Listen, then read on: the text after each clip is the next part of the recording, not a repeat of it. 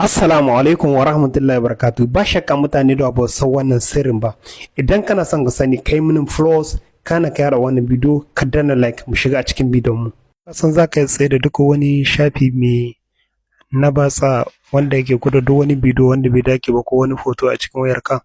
Idan kana son ka gani ka biyo ni har ƙarshen wannan bidiyo abin da nake so ka danna mana like ka danna mana comment kana kai upload din account din mu domin ƙara ƙarfafa muna domin kawo muku wasu irin abubuwa wanda sun ka shafi irin wannan domin mafi yawancin mutane da suna fama da shi amma kuma ba su san wanda za su yi su kare kansu ba ko kuma su kare iyalansu daga irin wannan aukawa na ganin wasu abu na intanet wanda bai dace ba kamar irin bidiyo haka ko kuma wani hoto na batsa. Da farko dai za ka shigo cikin Google ɗinka kamar haka.